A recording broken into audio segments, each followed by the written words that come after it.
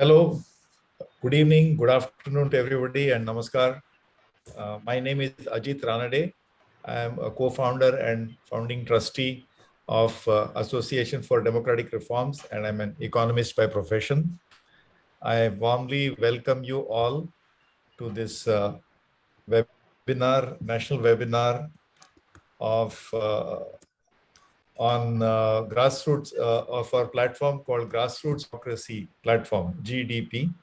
It is an initiative primarily of the International Society for Human Awakening and Development, ISHAD, and along with co-partners such as Association for Democratic Reforms, Commonwealth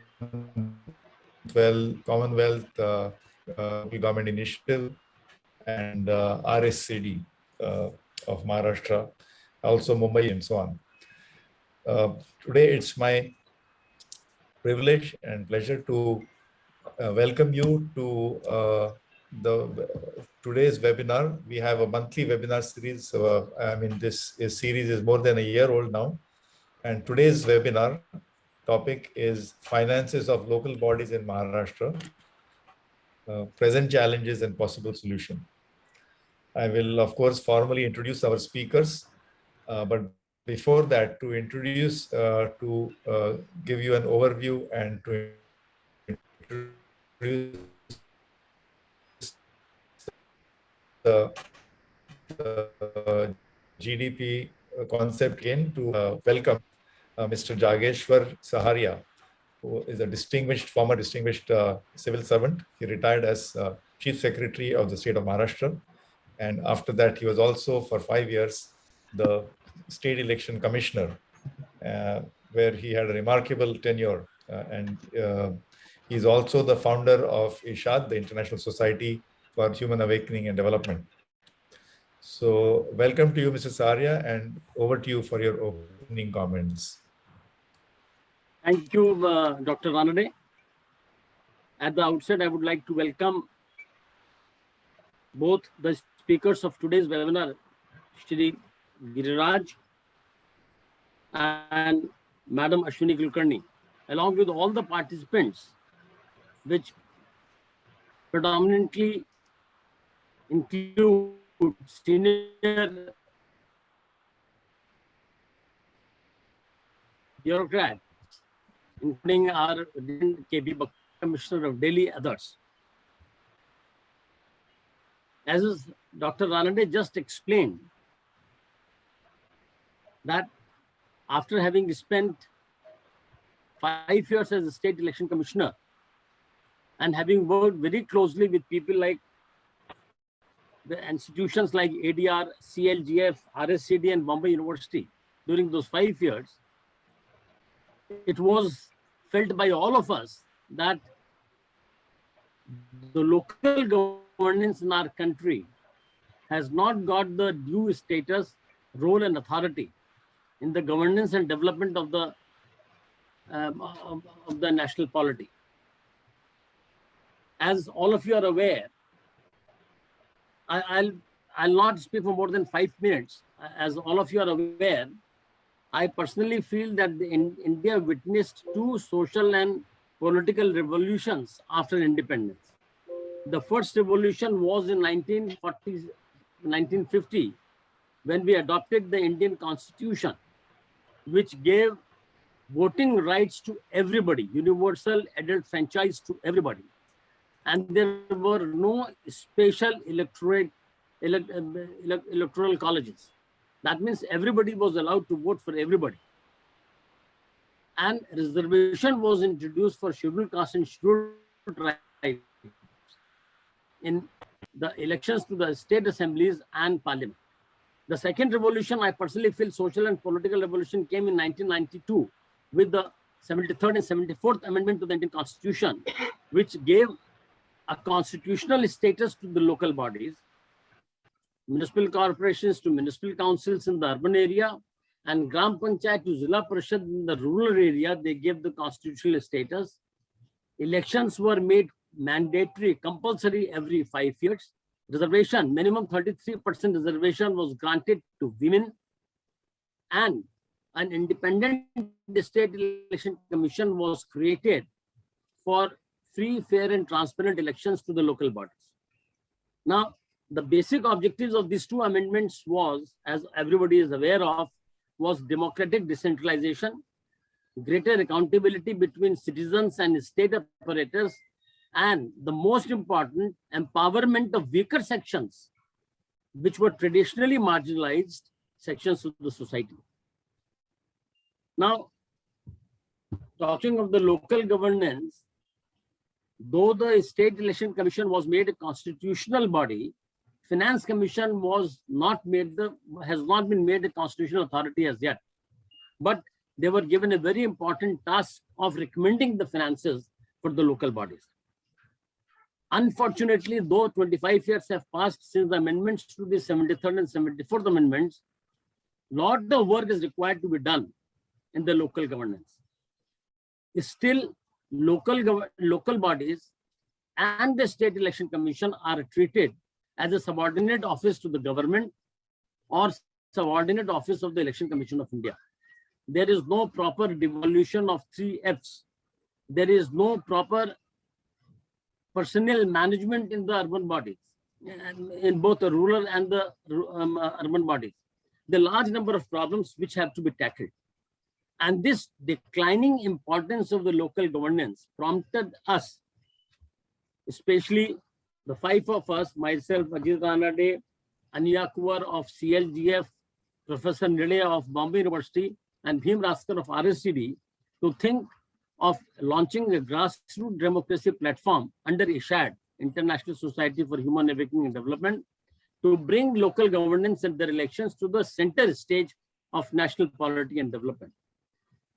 As a part of this initiative, we have started 2 activities. The first activity is a national webinar on the last Sunday of every month. And I'm happy this has been addressed by some very senior people who have done great work in the field of the local bodies, including Manishankar Iyer, ex-secretaries, Ministry of PRA, Government of India. They have addressed these webinars. Along with that, we are creating a network of like-minded people and organizations who are working in the area of local democracy and the elections, so that in a synergetic way, we can bring all these things to the center stage of national polity.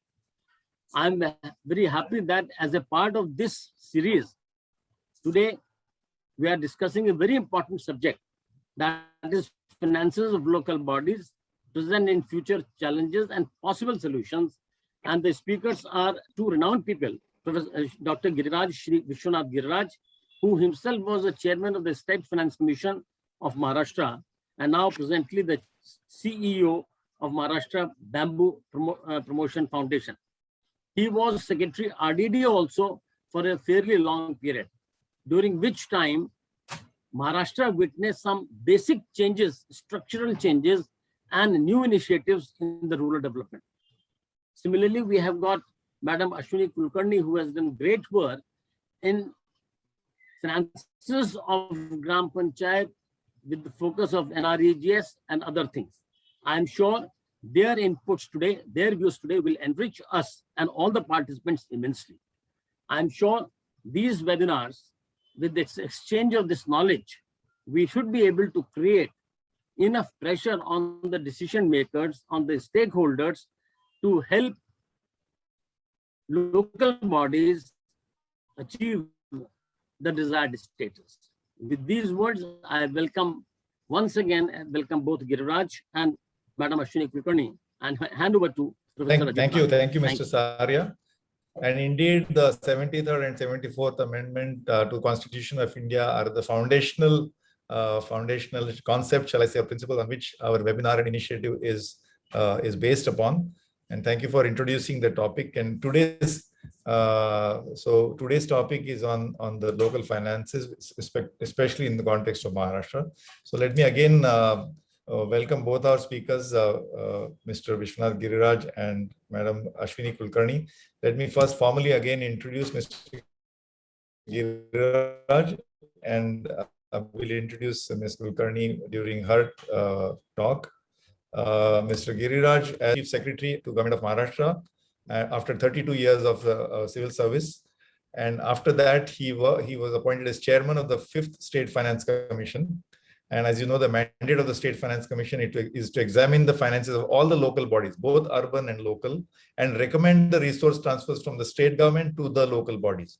As Mr. Saria said, it doesn't have the constitutional status, but it is I would say, statutory. Before that, Mr. Giriraj was Principal Secretary, Rural Development and Panchayati Raj, and Secretary, Water Conservation and Employment Guarantee Schemes in the Government of Maharashtra. He also worked as Joint MD of MSRDC and MD of Maharashtra State Finance Corporation. And he has held field postings as District Collector, Chief Executive Officer, Jilla Parishad, Additional Tribal Commissioner, and Director of Groundwater Development. He is a graduate of Commerce from Loyola College, Chennai, and an undergraduate from the Institute of Cost and Works Accountants, and a graduate in law from Mumbai University. And of course, one of the most important, his I would say, description is his championing of bamboo. He has special interest in bamboo, and he prepared the action plan for bamboo sector development in both the Government of India at the center in '99, as well as Government of Maharashtra. In fact, he presently is the Chief Executive Officer of Maharashtra Bamboo Promotion Foundation. So welcome to you, Mr. Giriraj. I would request that we allocate something like 25 minutes to leave enough time for Q&A. So over to you, and a warm welcome, Mr. Giriraj. Thank you. I have 25 minutes allotted to me. It will be a little difficult to cover the vast syllabus of both urban and rural. What I'll do is, without cluttering with too much figures, I'll just give the broad pattern as I could see when I was working in the State Finance Commission. I have made a PowerPoint presentation, which I'll share with you.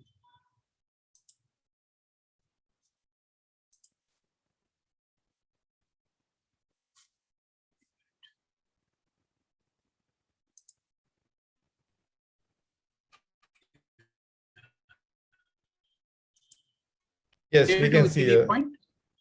Okay. So I'll take the finances of the urban local bodies first. This just to warm up the broad idea of the urban local bodies in Maharashtra. MCA is Mumbai, that is Municipal Corporation. In fact, in this discussion, I've kept Mumbai out because it's sui generis. It has its own dynamics. Operations A, B, C, D classified on the basis of population. And municipalities are A, B, C, again on basis of population, from between 3 lakhs and 25,000. And then you have the newly constituted Nagar Panchayats, where many of these taluka towns, all taluka headquarters were converted, irrespective of the population, into urban bodies. This has had a plus and positive and negative effect, which I'll share with you. So this is a broad categorization because this is to understand today's discussion. So what are the sources of urban local bodies? Again, it's more of brushing up. Many of you are familiar with this. One is its own income. That's the tax income, primarily property tax, water tax, sanitation tax, and other such taxes. Non-tax income is the user charges, development charges, if they have some property, rental income, advertisement income, and such income, which are not in the nature of tax. The other income would be assigned taxes. Maharashtra, in the acts itself, has prescribed that a particular share should go to the local bodies. For example, in the Stamp Act, a percentage, I think 1%, goes to the area from which it is generated, whether urban or rural. So that is the assigned taxes. There are a few other assigned taxes, even motor vehicle taxes, there is a Nagar Palikas get a share. And the grants, again, it could be revenue, capital grant. Revenue grant is a sort of a amount in lieu of GST or no, not lieu of GST, GST or in lieu of octroi, and the Central Finance Commission grants.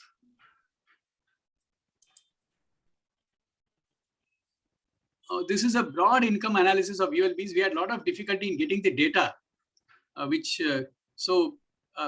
can't say this is the perfect data, but this is what we got from sampling. But this is a broad pattern.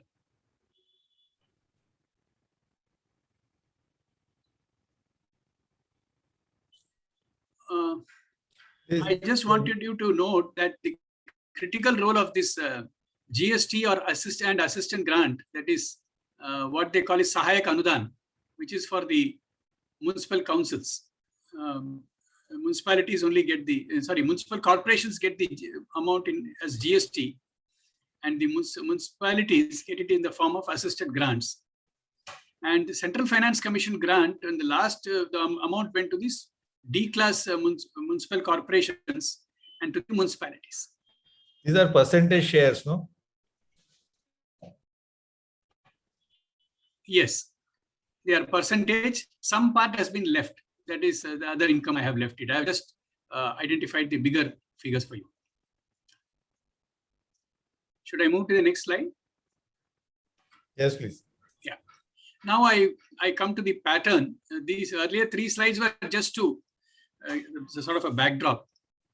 So there has been a shift from own funds to compensatory grants. Municipal corporations, they were having octroi. It was abolished in 2015 and replaced by the local body tax compensation. And then after GST came, it has now, you get what is a GST grant or GST compensation grant, whatever you can call it. The municipalities' octroi was abolished much before, and then it was eventually replaced by Sahayak Anudan, which can be translated as assistant grants.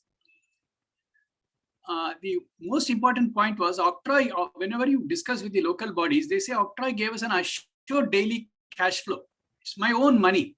So this was helping them in the day-to-day working. This is very critical, and we can understand only if we look from their viewpoint. Now, any compensatory grant does come, and it's likely that it is a little more than what was earned as octroi, but it comes at its own pace. The Sahayak Anudan may not have been released. It doesn't get released on time. So there is always this cash flow problem for the local bodies, and the smaller it is, the more they have this cash flow problem. So what happens? They keep bills pending. And much of the time, if you sit before a CEO of the Nagarpalika, it is always firefighting for him. And 3 problems in compensatory grants for municipalities particularly. One is delay in release of the grant amount, and it does not cover inflation adequately. For example, it was fixed on based on some salary requirements at a particular cutoff date in 2008 or 9, the last guideline. But then it didn't cover the DA fully. But subsequently, they have made up. But again, this backlog comes every 2-3 years. And the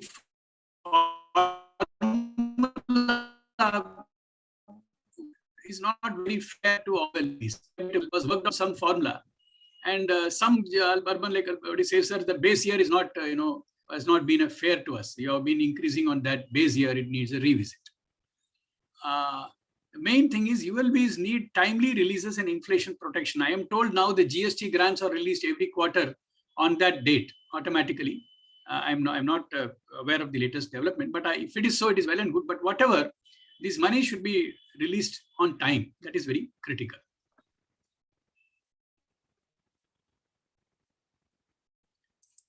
The second one, which is very, very important, if this is reformed, I mean, there will be a great improvement for local bodies.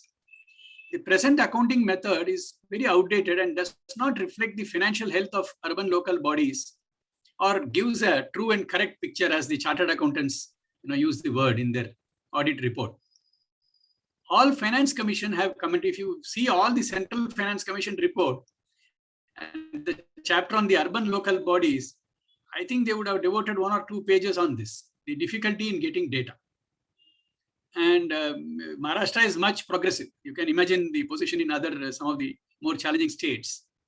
And very interesting, urban local bodies themselves do not know where they are financially, and it often goes against them.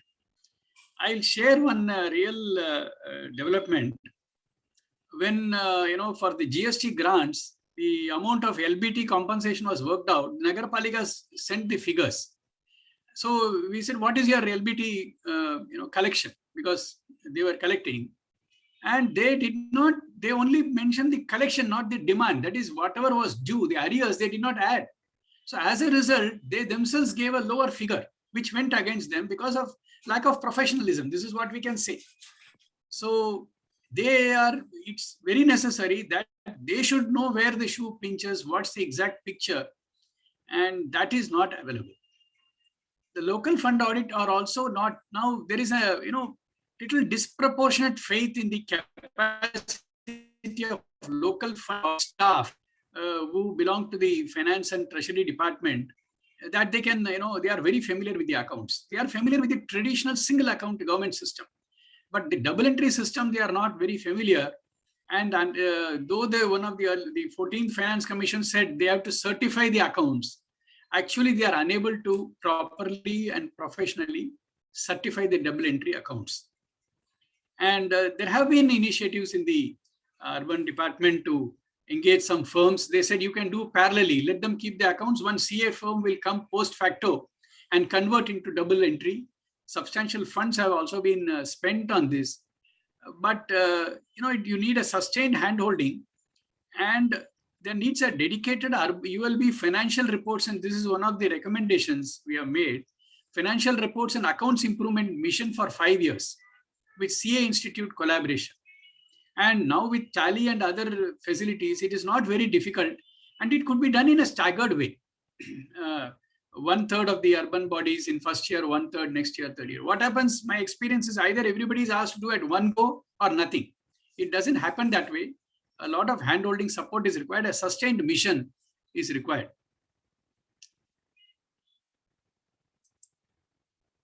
The third one is a property tax board to become operational. Already there is an act has been passed, but the operational part is not yet in place. As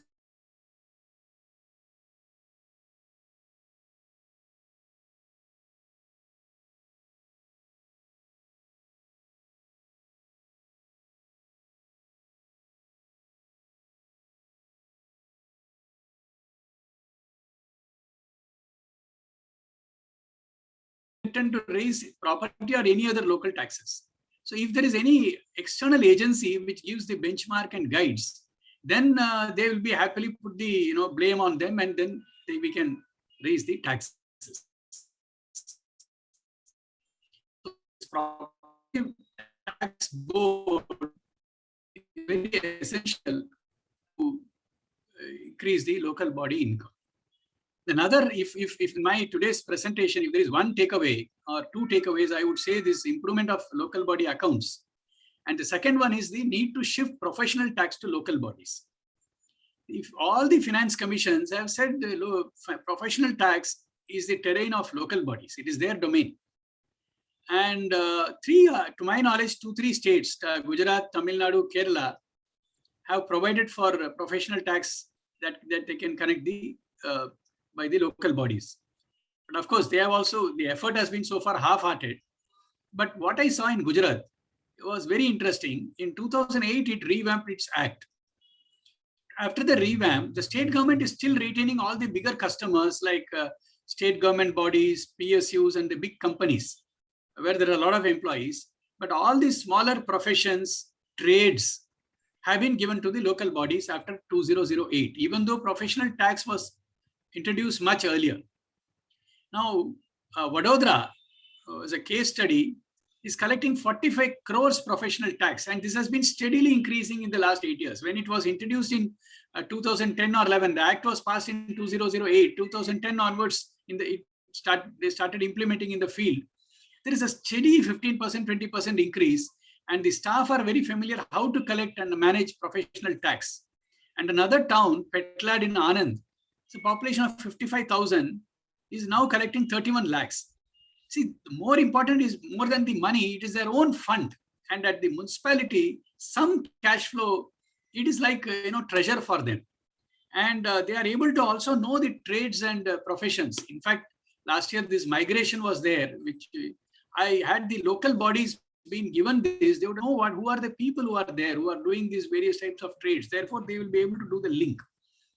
And Maharashtra seriously needs to consider this approach At present, the collection is around 2,000 crores and it has been stagnant for last 8 or 10 years. It has not increased because the main work of the sales tax department is GST, which is almost 85 to 90,000 crores. Whereas this is a small department in one of the branch offices in Bandra with 2,000 crores. And it has not increased at all. And without, keeping this 2,000 crore intact with the state government, we can say all the new collections for the small agencies, for the small players should be given to the local bodies. My assessment is within 5 years, we can collect 1,000, local bodies can collect 1,000 crores, both for urban and rural. This is something to be really pushed. And it will be a great, and when the amount are very, very nominal, 50 rupees, 60 rupees, 80 rupees, 100 rupees from small trades.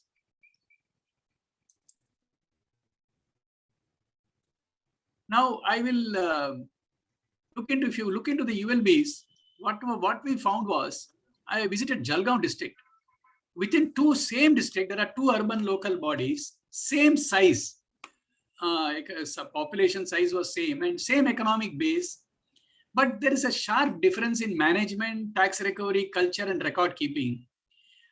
This could be attributed to historic reasons and local leadership. What has happened is before 90s, there have been invariably a certain group or a particular family or a particular leader giving leadership for running the Nagarpalika. It has its plus and minus, but they have set the culture of many of them said no compromise in tax collection. So they have kept a minimum level of performance for these local bodies.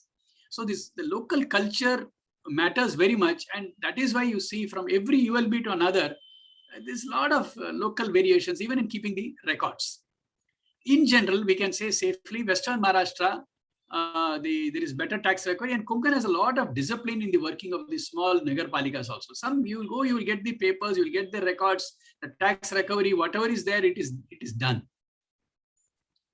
The bigger urban local bodies, that is A and B class municipal corporations, have an innate resilience and capacity to correct and improve their performance. Suppose there is some shortfall, they take a drive for Vasool, for revenue recovery, and they can immediately improve. But this is not the case of smaller local bodies.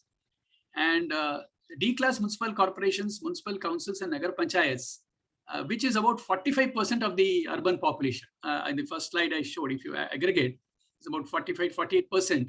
They are often in revenue deficit with perpetual cash flow problem. And if there is a revenue deficit, then I think they are in deep trouble. And Nagar Panchayats, which have come from Gram Panchayat, have a lot of transition issues. So the approach or our suggestion is a single strategy will not work. In fact, in our report also, we have recommended different strategies. One shoe doesn't fit all, and special attention should be given to smaller local bodies. Some other observations on urban local bodies. I mentioned, they also get a lot of delay in getting the assigned taxes like additional stamp duty and a lot of tedious, various deductions made in at time of release. This is quite common. One more thing we found was these are small improvements are required. Taxes, cesses, charges. These words are very useful, used interchangeably, creating a lot of legal issues and confusion. The word kar in Marathi, they use it, but actually they mean different things. One more thing we observed, I'm just giving certain observations because as I told, I'm not going to too much figures. Many of the urban bodies have to spend huge money on water pumping. The drought situation in Maharashtra, always this water problem is there, drinking water. Solapur gets his water source from about 100 kilometers and spends 48 crores on energy bills, pumping water. Jalna again, 2 booster pumps from Jaikwadi, 80 kilometers, and Manmad, a small town, always having this problem. They have to get water from 90 kilometers. Whereas another small town in Akola called Telhara gets water by gravity, no expenditure on pumping. So I think these inherent geographic disadvantages are there. These Nagarpalikas, urban bodies have to be compensated. Another issue we found was in the smaller Nagarpalika, now funds are available under various schemes for infrastructure, but not for land acquisition. Small local bodies need to be supported. Capital investment, I think all the local bodies depend on outside support. They, except Mumbai or Pune, they are unable to mobilize. Substantial increase in the grants for capital investment has come both from central and state schemes, and a lot of yojanas. But they need professional hand-holding support to even prepare project proposals. Maybe language also is a barrier. Sometimes English, they have to send it. And there is an organization. So some hand-holding support is required for a lot of local nagarpalikas.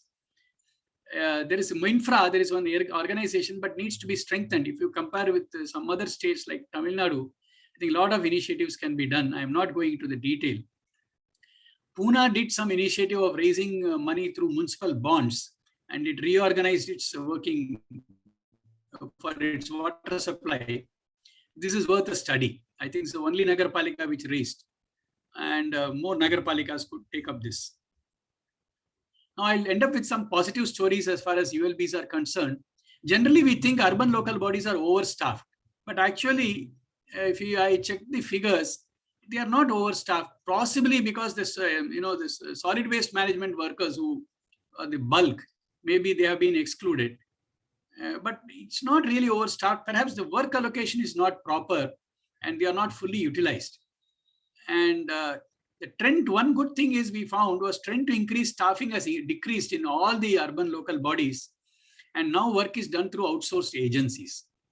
And one good thing is all the central finance 14th Finance Commission grant have went to the smaller urban local bodies. And one very good thing is due to this Swachh Bharat Muhim, cleanliness of the local bodies, what I saw when I was in the field and what is a great improvement is there. And in the morning, it's very pleasure to see this Ganta Gadi going around and people coming and putting their household waste into that moving vehicle. They just don't throw it. This is, we saw it across the urban local bodies, including the small Nagarpalikas. There is need to strengthen the human resources after, as Mr. Saharia mentioned. In fact, there is some new cadre for the local bodies, including engineers, accountants, etc. There are two Nagarpalikas worth a visit. They are not, one is in Vengurla and one is nearby Karjat before Lonavala. Please have a look. It's beautiful work has been done in zero solid waste towns due to the initiative of a person called Ramdas Kokre. And there have been some successful bot models for shopping complex. And Sirpur again in Dhule, as amended 30 has adopted 38 bylaws by which they have substantially increased their income. We also saw this, this Puri 24/7 water supply, which was widely publicized. We saw as good as the same in Islampur in Sangli district. 100% metered connection, high quality water, assured water and all that. And what we found is when the Nagarpalika is good, people also tend to settle down there from the nearby villages. So the value of the land also improves. And there are many successful stories in Maharashtra also. Now I'll shift to the Panchayat Raj institutions. As you are aware, Jilla Parishad and Panchayat Samitas are one legal entity in Maharashtra. Gram Panchayats are separate legal entity. So I will cover the Jilla Parishad. I'm not touching Panchayat Samiti because they are a sort of an append of Jilla Parishad and they do not have a separate legal status. And as it is, their own source of funds are very limited. So Jilla Parishad, when it was conceived, when it was started in the 60s, a lot of assigned taxes were given to them like share of land revenue, stamp duty share, forest grant, irrigation cess. A very limited non-tax income, tender fees, application fee, the very small one. And most of it is grant in aid. They are getting, and old government grants, there are some, and central CFC grants, but that was not denied to them in the 14th Finance Commission. One point I wanted to mention is Jilla Parishad is considered as a pass-through mechanism. That is, it is an implementing agency. To put it in a different way, 97% of the funds which go to the Jilla Parishad are for state governments, Government of India or state government schemes, either which have been allocated to the local body or they have been, work is given to them as an agency. In simple language, the rural development role of Jilla Parishad overshadows the Panchayat Raj work of the local body as far as finance is concerned. So, in fact, many of the CEOs are not even familiar with the own income of the Jilla Parishad because much of 99% of the time goes for spending the government money. What are the challenges in the Jilla Parishad own income? One is, as I told, the assigned taxes are not, they are not getting it on time or not fully budgeted. For an example, almost 500 plus crore was in arrears in stamp duty released to the local bodies.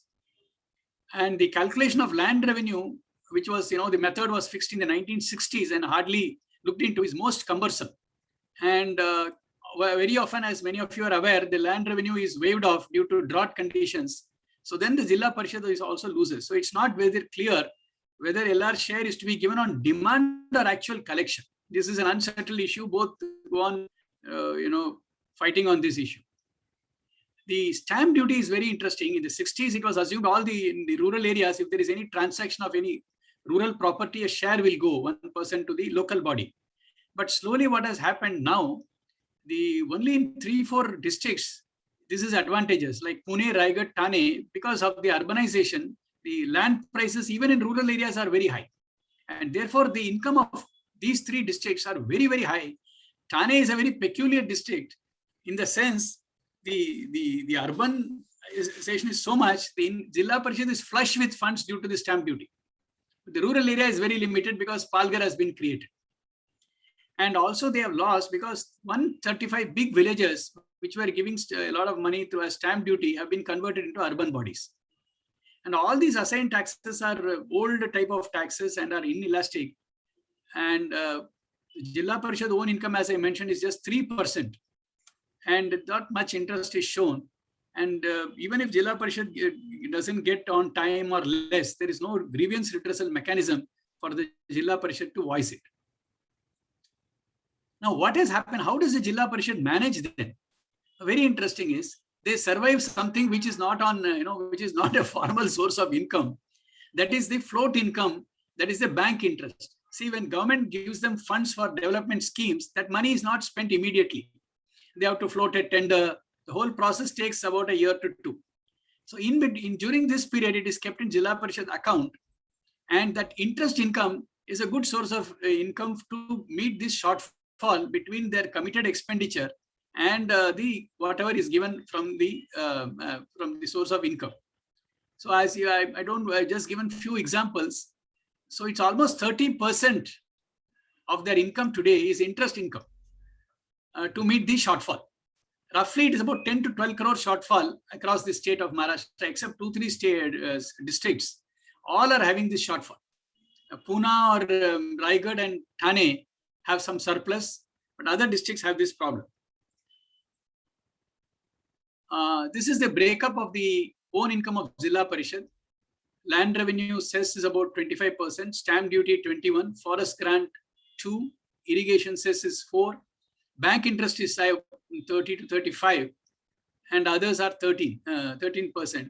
This is the broad pattern of the own income of Jilla Parishad.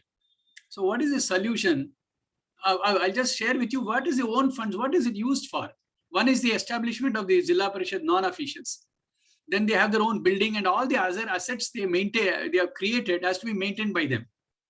And they also have some common water supply schemes.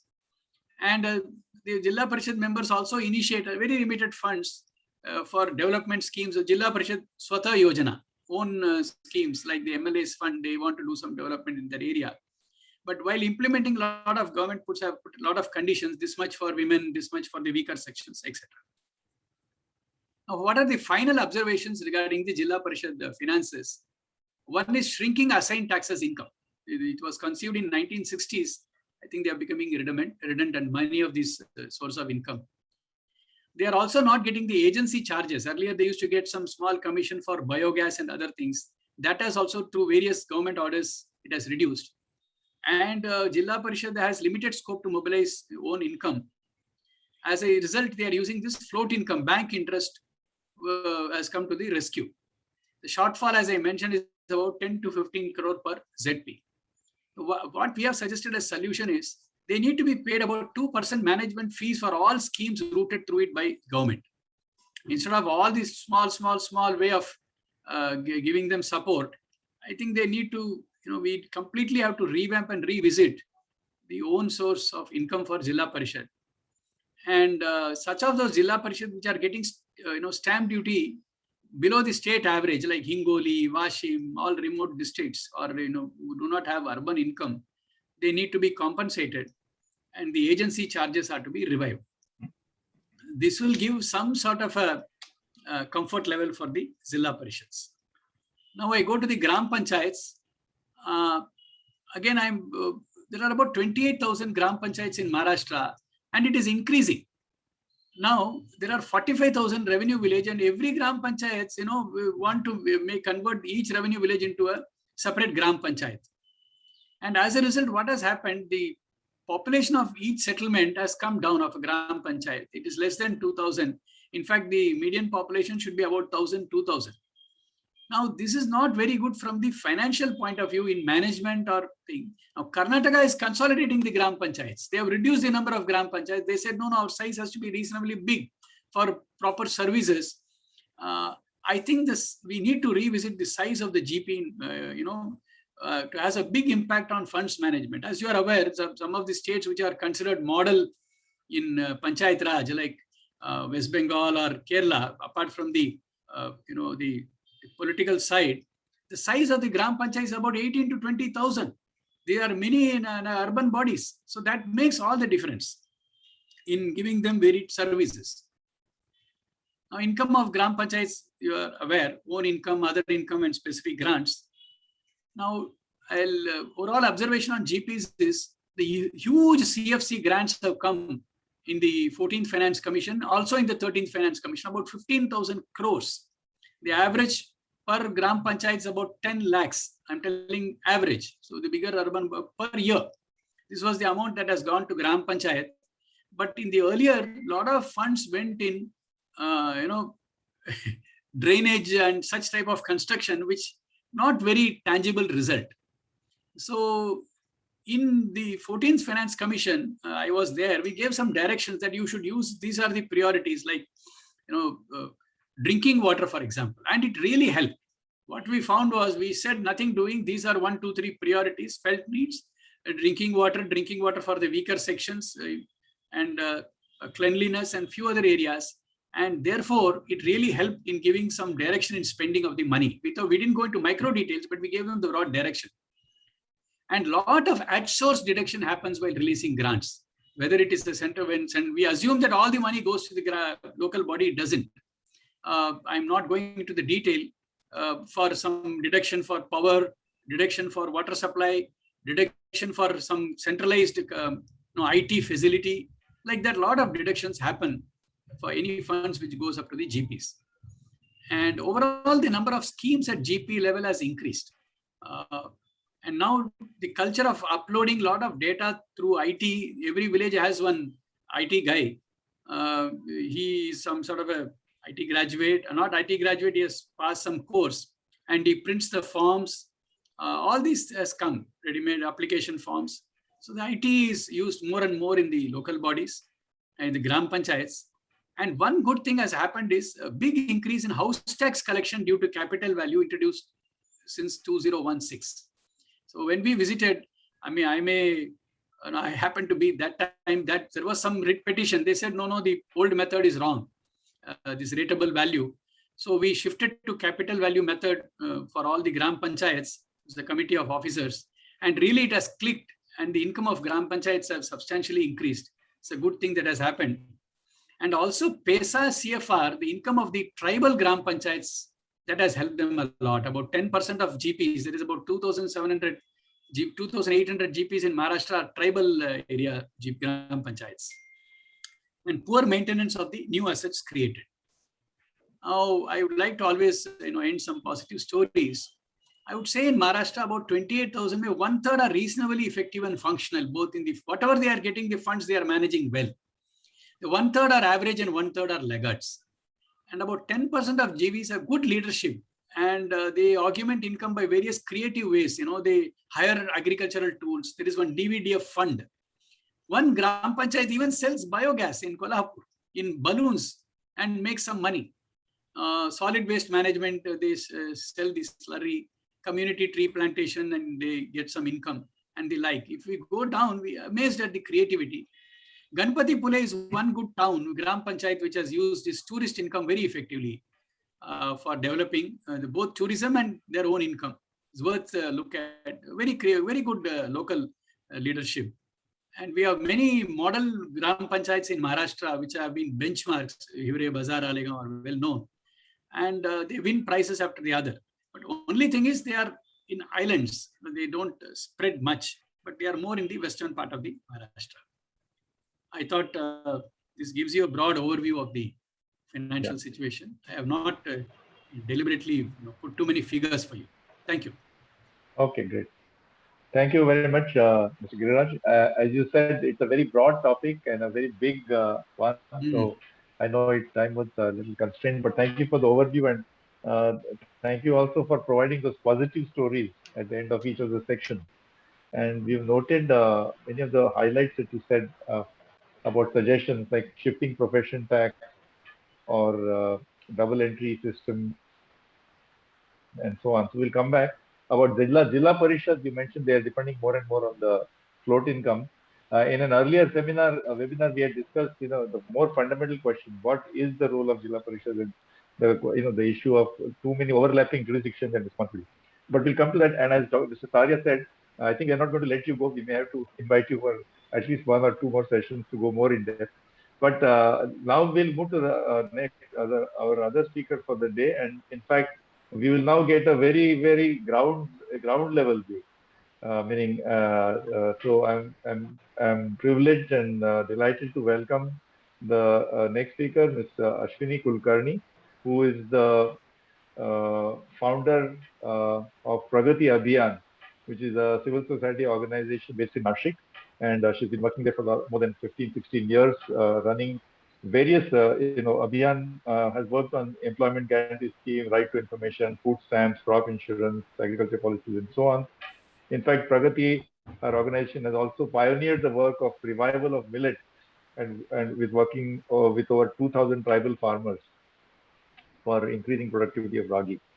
Pragati also works with communities to make government programs and schemes more accessible and the delivery more effective. Earlier to Pragati Abhiyan, she worked actually quite intensively on the employment guarantee scheme. In fact, I'm privileged to have known her for a couple of decades in her earlier work also. There she worked with Prayas, an organization on studying impact of EGS. And prior to that, she was with an organization called Vachan, which is a development organization which works with tribals of Nashik district. Again, in areas of primary health, education, agriculture, livelihoods, and governance. She was working as a coordinator. And of course, she has a very extensive biodata, so I'm not going to go into all the details, but just to mention that she worked at the Center for Development Research and Documentation, also worked at the BAIF, Bharat Agro Industries Foundation, and Systems Research Institute.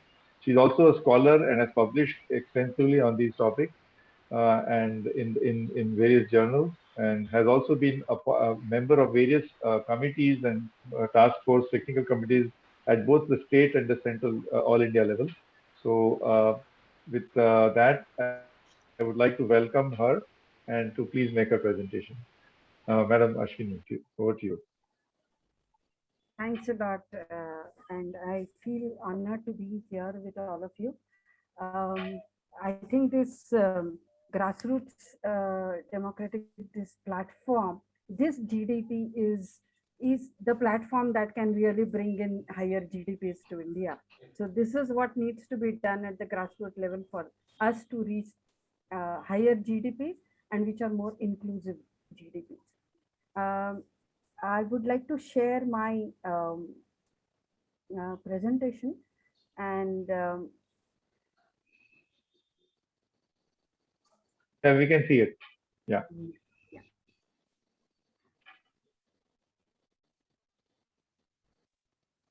Okay. So I will start where Mr. Giriraj has left, that where we are in gram chats in that the money reaches there, but what are we supposed to do with that money? Whom does it, for whom is it meant? who should use that money? How can we ensure that whatever resources go into Gram Panchayat are used for development and are used for inclusive development? So we know that Panchayat Raj institutions, like Mr. Saria also said, are landmark changes in the polity of Indian society.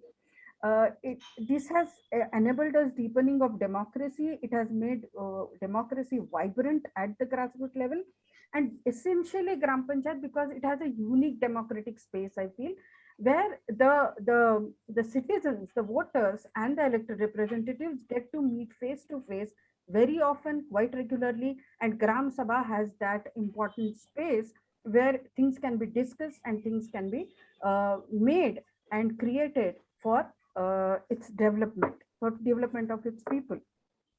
So in Gram Panchayat, we know, we just said, we get direct funds. There are PESA funds. There are farmers groups who can get directly funds from, let's say, NABARD and such institutions. Then revenues, whatever they come. And NREGA is one of the important, NREGA, and to some extent NRLM, which is National Rural Livelihood Mission, which is also to a large extent bringing in funds into Gram Panchayat.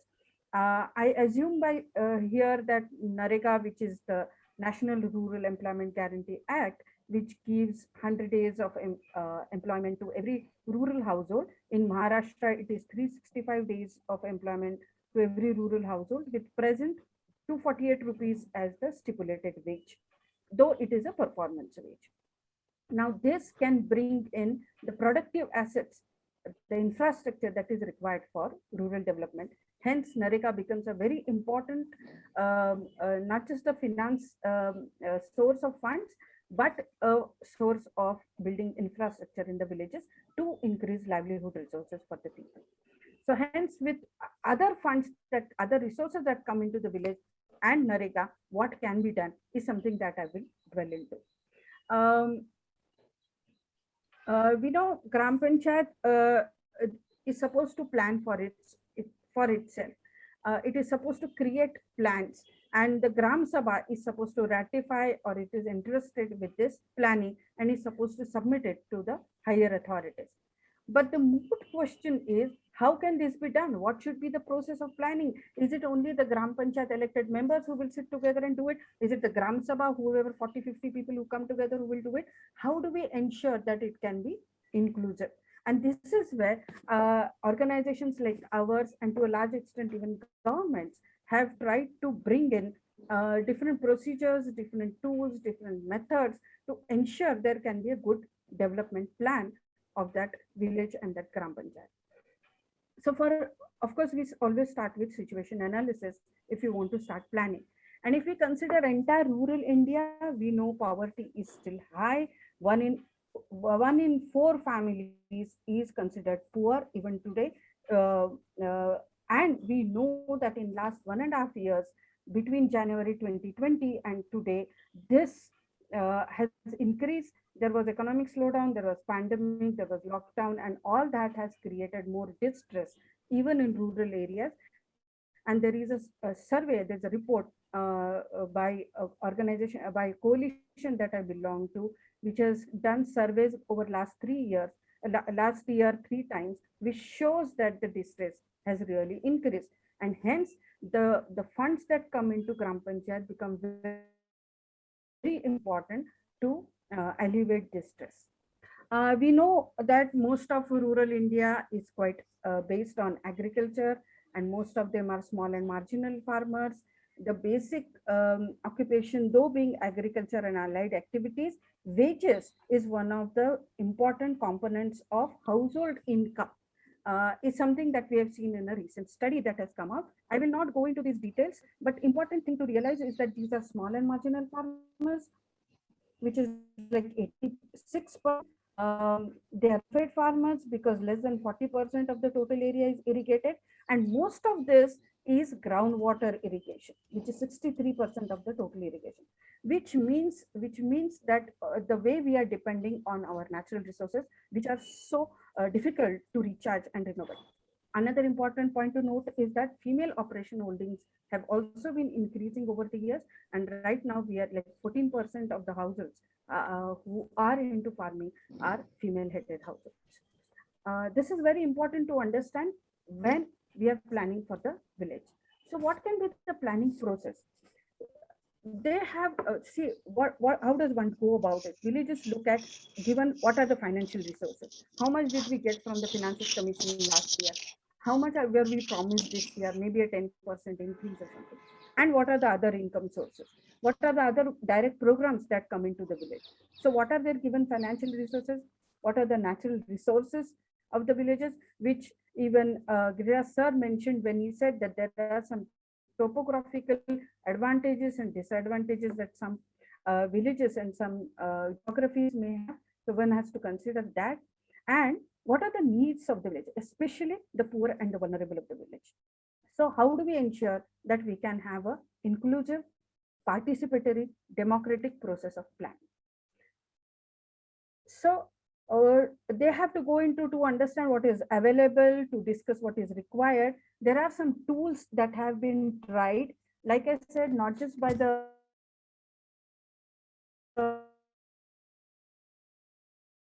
organizations, but governments, especially government since 1718, Anarega planning using these kind of tools. So there has to be an infrastructure and services map of the village, which is drawn by the villages, by the volunteers in the village. There should be a resources map and a social map that can be generated through these processes.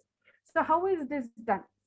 We have all discussed Shivar Feri quite often, which is the transact walk where people, volunteers of the village, move around in not just in the village or in the Gauthan, but also in the faraway settlements of the Gram Panchayat, into farmlands, into understanding the water resources. So a transact walk is held. There are specific protocols in which one can do this, and then that is noted down in a particular way. Then comes seasonality calendar. How are the seasons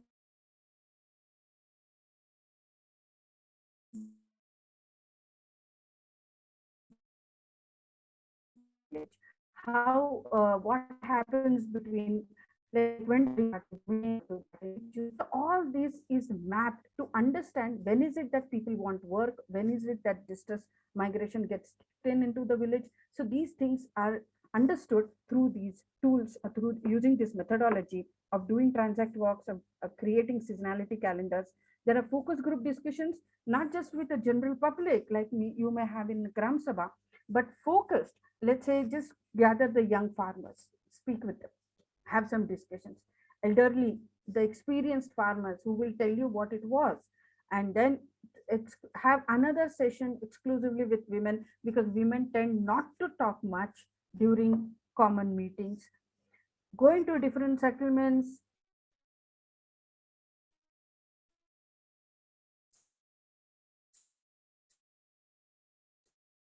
speak the special meeting with the vulnerable inclusiveness. The whole idea is that how do we take the programs and schemes to all those who need, who deserve to get it, whether it is the community or the households or the individuals, and how do we ensure that these communities and individuals and these families are able to access the programs and the schemes which are meant for them. It could be a pension scheme, it could be Narega, or it could be a road, but how do we decide that the needs are matched based on what the Gram Panchayat is about to get? This is a study that I would like to, this graph is from a study where my friend and colleague from RSCD, Mr. Bhim Raskar, is here, and it is from their study, which we did together, which shows that over a period of time, over a few years, you would see that panchayats, when equipped with methodology, with some training, could move from not doing much for the weaker section to doing, the yellow signs are 2018-19, whereas the blue is 2015-16. So we can see how they have moved from not doing much to doing, to progressively doing better for the weaker section, or for women development, or for child development, health, education. So these are the things that we were looking into in that study, and we realized that lot of handholding, lot of bringing in the process of that exercise is required to get into being participatory and also inclusive. What are the infrastructure services maps? So what they do is they actually come together, draw a map on some platform or on some ground, where they map the schools, the health, Anganwadi, whatever the sub-center structures, where are the drinking water sources, what are the drinking water, is there a pipeline or are there standpoints, what are the sanitation, what are the sources of water for sanitation, how does the drainage line go, what are the connecting roads. So various, it could be the trees, it could be whatever, these are all mapped on a ground. People come together and then they map this infrastructure that exists, that is present in the village. By doing so, there is a discussion around what needs to be repaired, what needs to be maintained properly, what needs any additional capital investment. All that gets discussed during these points. After this,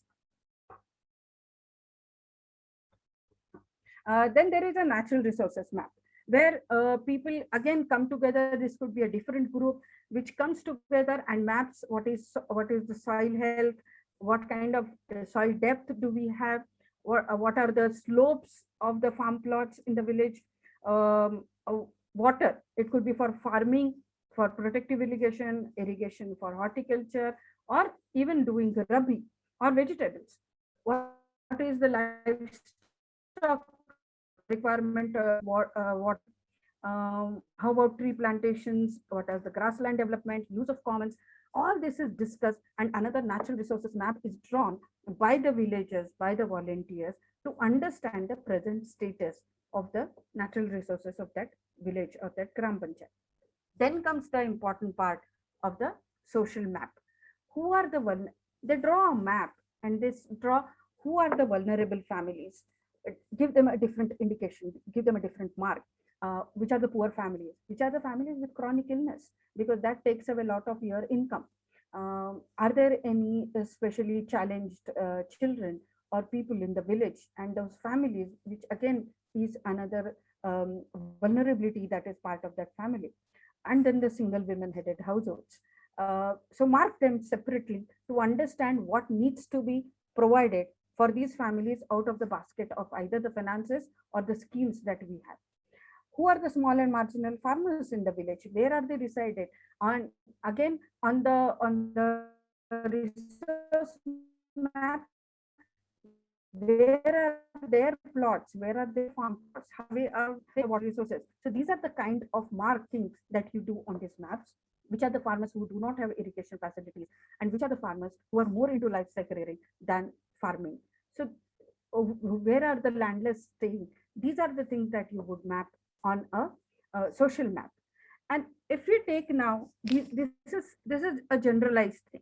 But when we do it for exclusively for MG Narega, for Narega or for Rozgar Hami Yojana in Maharashtra, what we do is we map the school, because what Narega can do, Narega can provide school compound in association with Swachh Bharat Abhiyan. Maybe the labor component can come from Rozgar Hami, Swachh Bharat Abhiyan can come up with the material things, and there can be a school compound. Playground can exclusively come from Rozgar Hami Yojana. So there are, if you want to plant trees around the school, around Anganwadi area, around Gram Panchayat office, or on the roadsides, Narega can bring in that infrastructure. Narega can bring in Kacha roads for connecting between habitations or habitation and, let's say, services. And from their pan industry, what we call is from farm plots to the main roads to carry the agriculture produce. So these are the kind of infrastructure that can be built through Narega. So this needs to be discussed during this planning process. So what can natural resources be done with Narega? Lots can be done. Actually, right now, if you see whether it is central government or state government, not much of funds or finances are coming for augmenting, conserving, developing natural resources in the villages. There was DPAP and those kind of programs, but that fund has reduced. And right now we have Narega funds for this kind of natural resource management. So water storage structure is the basic thing, Actually, we did one calculation once when Latur was getting its water from railway carriages. We calculated it how many farm ponds are required instead of one railway coming into Latur. So these are the kind of things that water storage structures are required in a big way. It could be for drinking water villages, because now if we want to do Jal Jeevan mission, where is the water resource? That is very important that we have a assured water source for piped water. We need water for sanitation. We have built a lot of Shaushalaya across India. We have to ensure that there is water available for use. Water, of course, for farming, especially protective irrigation, and water for livestock. So all this can be managed, built through NREGA resources. Tree plantations can be done, grassland development can be brought in, especially on the commons in the village. If the Gram Panchayat has its own land, then it can be used for pasture development. There are many, especially tribal areas, which have forest adjoining its villages, where one can work on conservation and development plans for the forest, and of course development of commons, which is meant for use in the for the villages. And NREGA can do all this. It has the potential to bring in all this change in just a couple of years in a village. For the social map, what we do is farmers color them differently on the map. And the farmers which are red, which have livestock, whether it is cattle or whether it is a small ruminants, we map them accordingly on the maps that are being drawn. So when now we have all this situational analysis, we have all this information with us. What is to be done next is now go into the planning mode. Try and see who requires employment. When do they want it? Do they want it from in November, December? Do they want it from February? Do they want it after Holi? What are the seasonality calendar will give you information on when people want employment. There are times in August and September when there are like 2 weeks or so when people are ready to take up employment. But we have this in our mind that it is only post Kharif that we want NREGA employment. So these are the kind of things that can come up during our discussions at the village level. Then there are quite a few individual benefit schemes that has increased over the years, especially land development related. You can do land leveling, you can do compartment bunding, horticulture, Farbag Yojana. Then you have animal shelters now being built, or vermicompost. So all these things can go to the enhancing livelihood opportunities for that family which is vulnerable. So once we have the list of vulnerable families, let's say single women families, can we think of animal shelters for them, or poultry shed for them, so that they can grow poultry in a bigger way and earn better incomes. It is also nutritional security if they have poultry, if they grow chicken, or if they grow small ruminants. So one has to think in several ways to realize that the poorest of the poor within that village are catered to through different schemes and resources.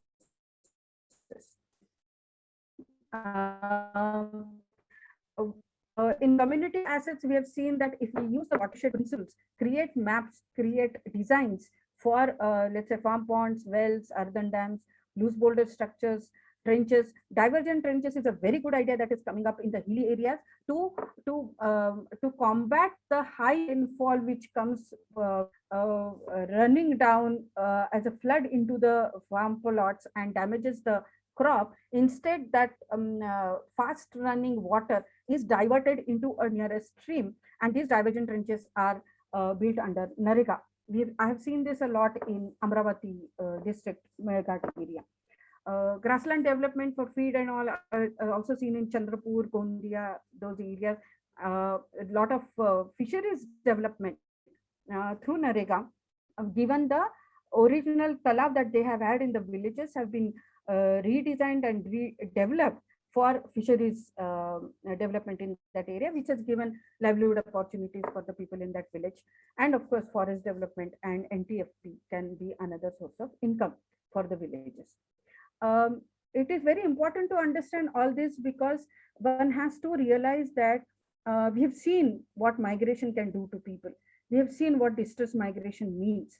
And most of Maharashtra, though, does not go outside the state, Within the state, there is a lot of migration, especially from rain-fed areas, tribal areas to the nearby cities, which is kind of regressive in terms of that household's development. So it is very important that NREGA brings in all these changes within their village so as to enhance livelihood opportunities and incomes, nutritional security within the village. These are some of the examples that I would like to show where we have done social maps, where we mark each family. These small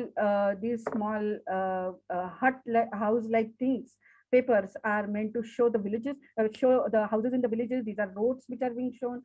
Then if there are any availability of services like bore wells or Anganwadi is all mapped on such places, and then it is shown that maybe some settlements find the Anganwadi too far, so maybe they require another mini Anganwadi in their area. So these kind of discussions happen when this social map is drawn. So that just the drawing of that map itself is an information and discussion that has village.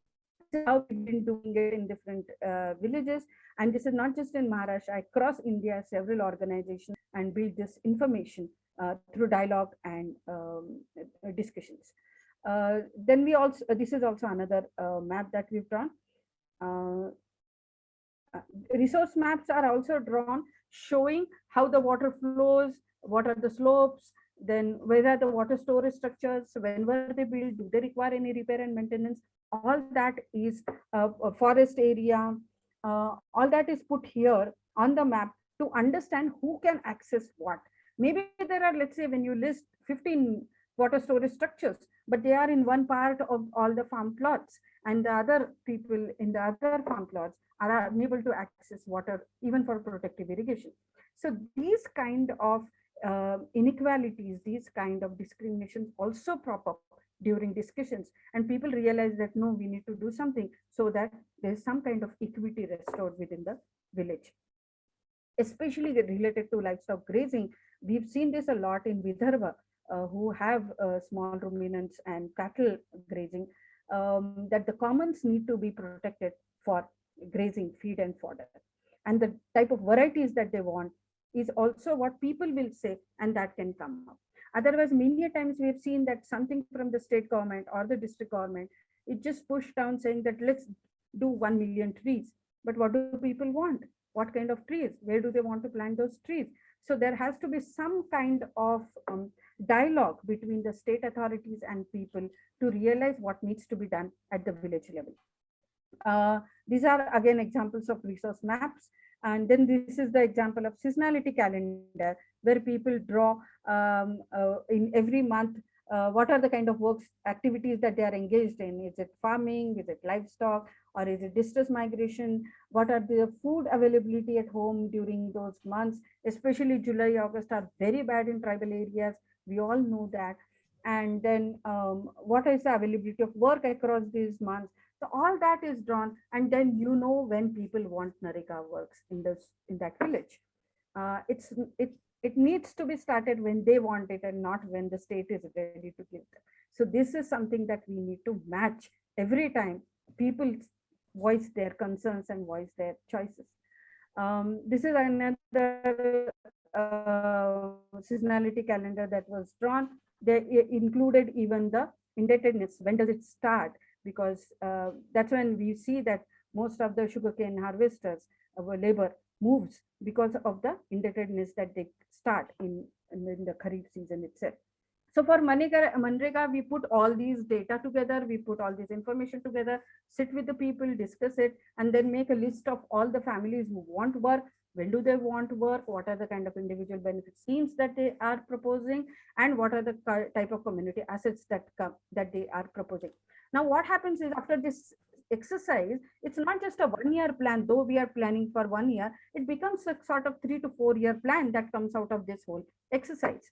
So in the next couple of years, you can only just do the additional exercise that needs to be done. And we also talk about convergence here, like if the animal shelter comes from NREGA, can we have fisheries department and animal husbandry department giving them more animals? If farm pond comes from NREGA, can the agri department and tribal department fetch in with the motor pumps and pipes for protective irrigation? So these are the kind of things also that are put as part of the plan. Then these are put in Gram Sabha, there are discussions that take place, then Gram Sabha Tharao happens, and then they become part of the annual plans. NREGA is really good in saying that if the Gram Sabha has said something, and if it fits into the NREGA Act, then no higher authority can change those plans. So this is one really good protective shield that NREGA has in the Gram Panchayat plans. And then if that doesn't happen, that gets reflected in the social audit Gram Sabha, which is meant to happen every 6 months. So this is the quick overview I could do for discussing the plans that we can have at the village level. Thank you very much. Thank you very much, Ashwini. Thank you. So we got two different views, to call it worm's eye view, but the real bottom-up planning. And NREGA seems to be like a centerpiece. Of course, your work is much more with the tribals and NREGA, and you've been doing that for several years, so naturally. But that obviously gives this participatory planning, bottom-up planning. Maybe at a later date we can have a session on how they do it in Kerala. The Kutumbashri, I think Ashwini, we discussed that. That the bottom-up planning really works very effectively in the Kerala local government. So we have about 20 minutes now for open discussion. So Mr. Saharia, is if someone wants to make a comment, or I would request the questions to be very brief and pointed, and the answers also to be brief and pointed, so that we can accommodate more people. So yeah, can I? Yeah, Mr. Bakshi. I have an observation, not really a question. I have an observation with regard to Mr. Giriraj's presentation on the local finances, local body finances. At one point, he mentioned that there is a lot of delay in giving the share of the urban local body or even the other local bodies from the date of collection to the date of receipt by the urban local body. Now, this delay can be reduced because what is the reason for delay? I had studied that in the planning department. That the cause of delay is that once the money is deposited, it becomes a part of the consolidated fund of the state. The moment you put a rupee in the consolidated fund of the state, then you have to follow a procedure of taking it out. And that procedure is making a budget, going to the assembly. If the assembly has already passed it, then going to the finance department, getting it released through the treasuries. Entire process is it can vary from, in a very emergency case, it can be 15 days, 20 days. And if it is just a normal passage of or release orders, then it can even take 1 year. So this entire process is delayed. It's a delay prone process because the money is falling into the consolidated fund of the state. So what is the alternative? I had floated this idea, but I could not complete that because after that I did not stay in planning department. One of the possibilities for reducing the delay is to design an app, a software, which will provide for percentages to be incorporated. So for example, X percent has to go to urban local bodies. From that X, what is to go to Thane, what is to go to Pune, that can also be determined. And in the software itself, if you put that figure X for the entire all the urban local bodies of the state, and further subdivided for Thane, let us say TX, then the moment you put the money, the TX gets transmitted to Thane Corporation. It doesn't go to the consolidated fund. If this kind of arrangement is done, then the delay can be killed completely. Then comes the question of reconciliation. Suppose you have received 100 rupees in the you have to receive 100 rupees in the consolidated fund of the state, and 5 rupees were completely due, 99 rupees was the due, and therefore 5 which has gone to Thane has gone in excess, and therefore there should be a provision for reconciliation of accounts after hours or lessons can be done. So this kind of arrangement, it's a big work. It is going to be there for all kinds of sharing patterns, all taxes, grants, etc. Whatever is there, it's a big work. But if it is done and the state accepts it, the entire delay can be cut and cash flow will be much better. Mr. Giriraj rightly mentioned that because of the cash flow problems, there are pending bills, lots of staff, lots of manpower is being wasted in the attending to these pending bills and delays and escalations, claims, counter claims, all these things are there.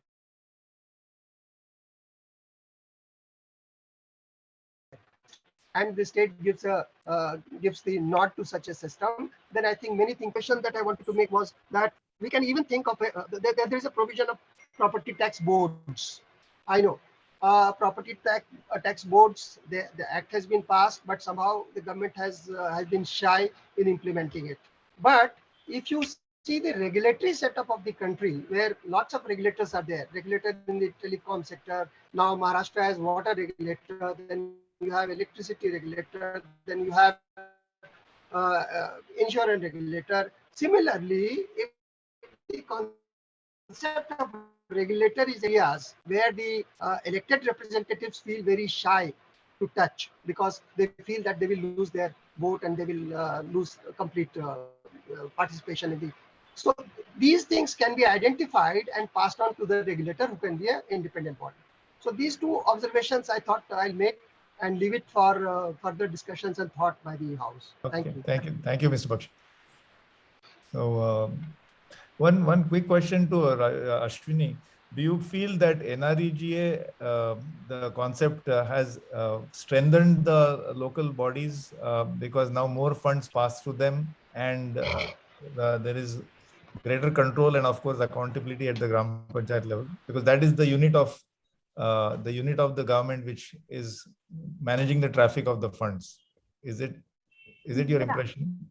It has the potential to do so, but it has not happened to that level right now. But it certainly can, especially if the planning is also from bottom up. Then we can really see Sujalam Sufalam happening through Nareka. And Nareka does not remain a wage employment or a fallback option only during a drought or distress, but also a development platform of the village.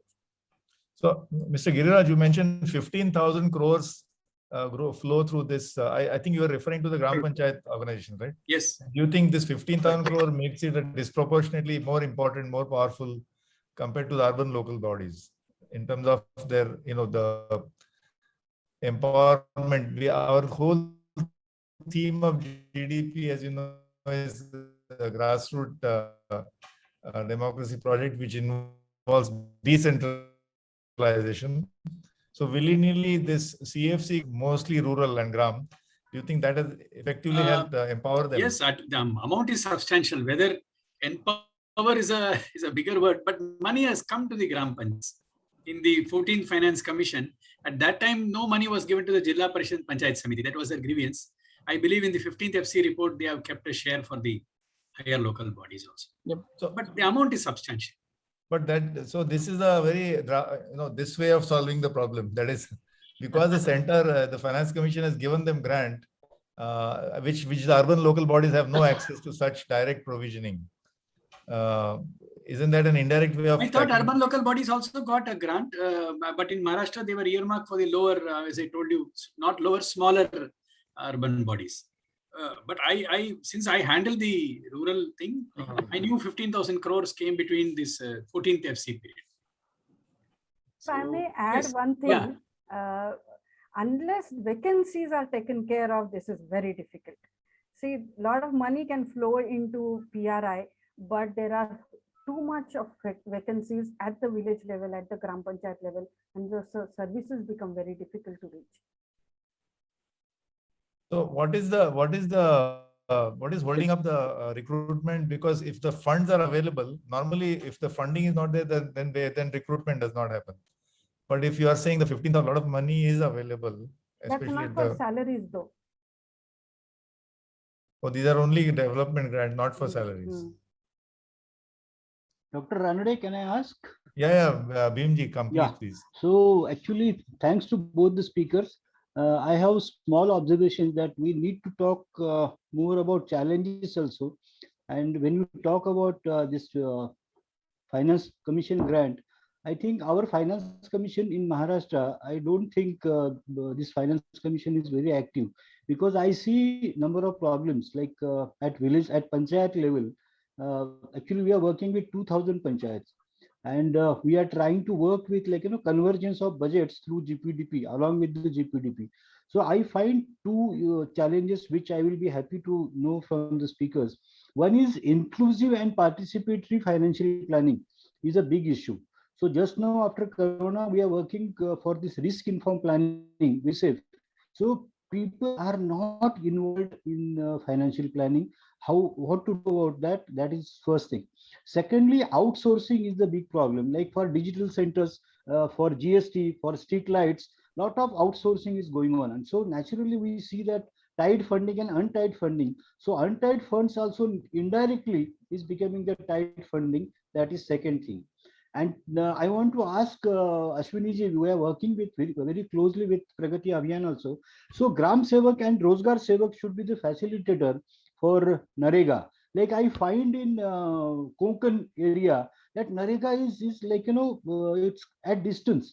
So people, basically Rozgar Sevak and Gram Sevak are not they are not facilitators there. So these are the three challenges which I think I was expecting, that if you can give some clarifications and guide us. Thank you. May I respond? Yeah, please. See, I just wanted to clarify this Finance Commission, State Finance Commission is a, we are constituted for some time, give a nice report and our work is over. So this inclusive and participatory financial planning and all slightly outside our mandate.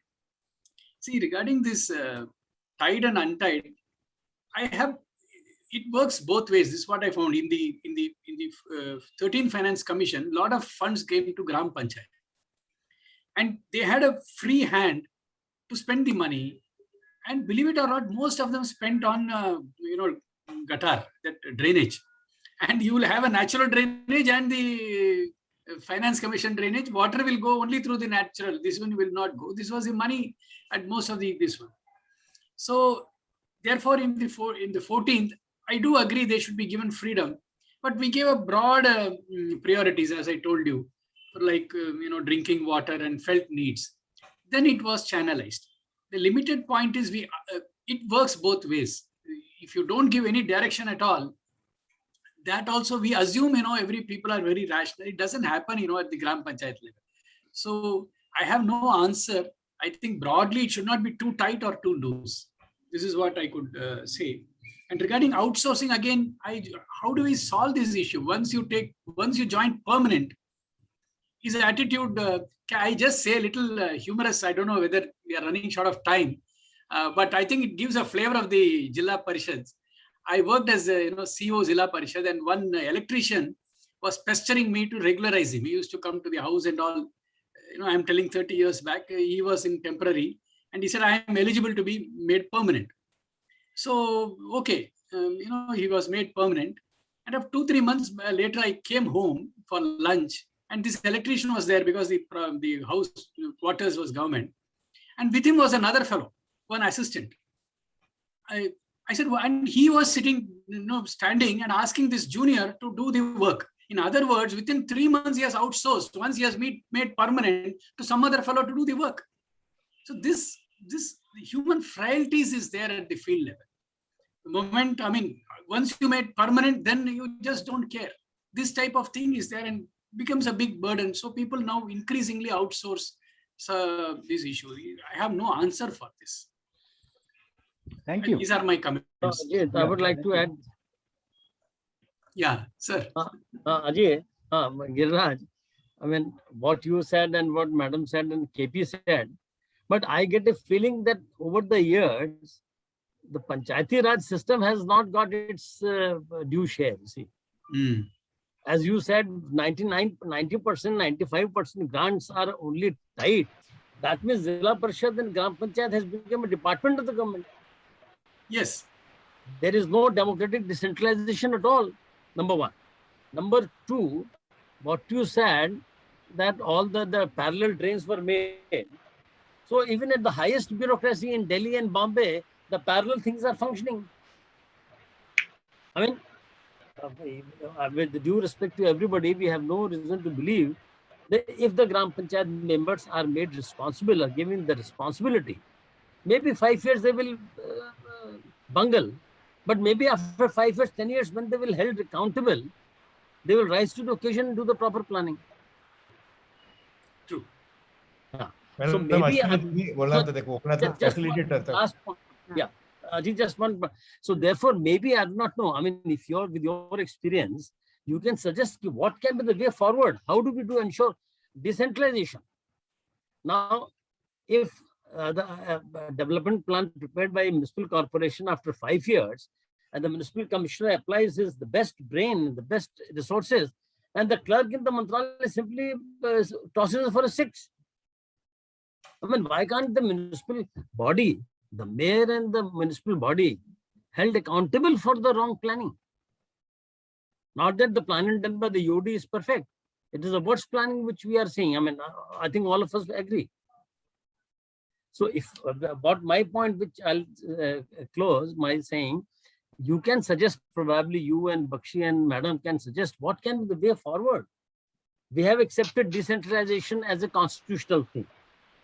To treat it as a department of the government alone and then try to find them, the government shall train them, government shall do this, government shall, we are making them further limbs. We are making them further disabled. Thank you. Yes, Ajit. Yeah. No, Ashwini, KP. about Yeah. that Kokan question, that, Yes. whether the facilitated Gram Sevak and Yeah. So there are a couple Because of things half Konkan is in Bombay. yeah, that's one of the things, that Konkan is quite connected with Mumbai and has better market facilities and has better job opportunities. Maybe one person in the family is working there. So that apart, I think the challenges that Bhim also mentioned is one of the things is that in the challenges, when we say that the village should come together, it's too romantic an idea, because we know what villages, we know what are the different settlements and how they don't interact with each other. Who is the dominant caste? Who is the dominant land ownership there? So all this matters a lot. I mean, but one has to keep on doing things, so that if you try 10 things, 2 people will talk and something will happen in the Gram Sabha. If there were 30 people coming to Gram Sabha, let's try and see at least 50, 60 people start coming to Gram Sabha from different castes, from different settlements. Women come to Gram Sabha. So this is a long process of building democracy. It will always remain a work in progress, I think. But for this, we need to have good amount of people working of the government there, and government investing in training, government investing in knowledge generation, knowledge exchange, knowledge transfer. This is very important. In the millets program, what we did is only training of farmers. No investment was required, only training of farmers on their farms. So even in Narega, what we do is watershed planning. Where do we do it? In the villages. So what I think, this kind of non-tangible things which is difficult to monitor and look for after 5 years, then people think, where did the money go? Nothing has happened. After 5 years, what has happened to training? Training is only harture. So these are the fears that we carry with finances and knowledge generation and knowledge exchange. So I think this is very important to start working at the field level, and we have to get over our fears about what happens to money when we plan trainings. And here we can have a hand holding with CSOs, which can do these kind of non-tangible works better than the government structures. That said, about Konkan, I would like to say another thing is, Maharashtra has some myths around Narega, around EGS. This is a EGS district, this is not a EGS district. This is a EGS block, this is not EGS. So everywhere we've thought that Konkan is not EGS. which is not true. After the last 2 years of floods and disasters in Konkan, we wrote to the state government saying that we can do nothing about